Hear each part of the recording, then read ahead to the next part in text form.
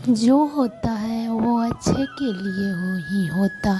चलिए शुरू करते हैं आज की स्टोरी। ये कहानी है उन लोगों के लिए है जिसको अपने साथ जो कुछ भी होता है वो बुरा ही लगता है।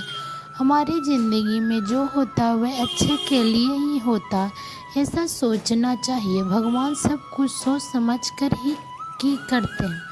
एक मालिक था, वो व्यापार कर रहा था और उसका व्यापार बहुत ही अच्छा चल रहा था। उसका एक विश्वासु नौकर था। वे नौकर अपने काम से काम रखता था और ज़्यादा कुछ बोलता भी नहीं था।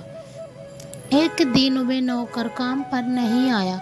उसके मालिक ने सोचा कि वे पिछले 10 साल से यहाँ पर काम कर रहा है और उसने कभी पगार बढ़ाने की बात भी नहीं की है।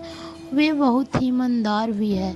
मालिक को लगा कि शायद उसे अपना पगार कम लग रहा है, इसलिए वे आज काम पर नहीं आया।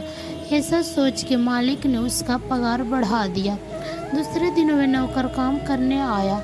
उसे अजीब लगा और पता भी नहीं था कि मेरे मालिक ने मेरी पगार क्यों बढ़ा दी है। वे वैसे ही काम करता रहा जैसे पहले करता था। 3-4 महीनों के बाद फिर से वे नौकर काम पर नहीं आया। वे बिना बताए ही काम पर नहीं आया था। इस बार उसके मालिक को ये बात पसंद नहीं आई। मालिक ने सोचा कि उसका पगार बढ़ाने के बावजूद भी वे काम पर नहीं आया। मालिक ने इस बार उसका पगार जितना बढ़ाया था उतना ही कम कर दिया। पगार कम करने के दूसरे ही दिन वे काम पर आया।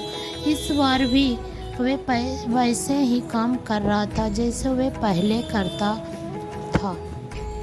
ये सब देखकर मालिक को आश्चर्य हुआ कि ये कुछ बोल क्यों नहीं रहा है। मालिक ने शाम को अपने नौकर को बुलाया और पूछा कि पहले मैंने तेरा पगार बढ़ाया था, तब तू कुछ भी नहीं बोला। मैंने तेरा पगार कम कर दिया, फिर भी तू क्यों कुछ नहीं बोलता? आखिर बात क्या है? नौकर ने बड़े ही शांति से बोला कि मालिक, पहले जब मैं काम पर नहीं आया था तब मेरे घर पर बेटी का जन्म हुआ था। उस वक्त भगवान ने आपको मेरा पगार बढ़ाने की प्रेरणा दी थी, क्योंकि घर का खर्च पहले से बढ़ने वाला था। इस वजह से आपने मेरा पगार बढ़ाया था। दूसरी बार जब मैं काम पर नहीं आया था तब मेरे पिताजी की मृत्यु हो गई थी। भगवान को लगा होगा कि एक व्यक्ति का खर्च कम हो गया है, इसलिए आपको मेरा पगार कम करने की प्रेरणा दी। मेरे पिताजी के नसीब में जो में को लिखा था वे मिलना कम हो गया। भगवान जो करते हैं वे सोच समझ कर ही करते हैं, इसलिए हमारे साथ जो होता है वे अच्छे के लिए ही होता है। हमें ऐसा ही सोचना चाहिए। नौकर की ये बात सुनकर मालिक ने उसे कहा कि तेरी बात बिल्कुल सच है।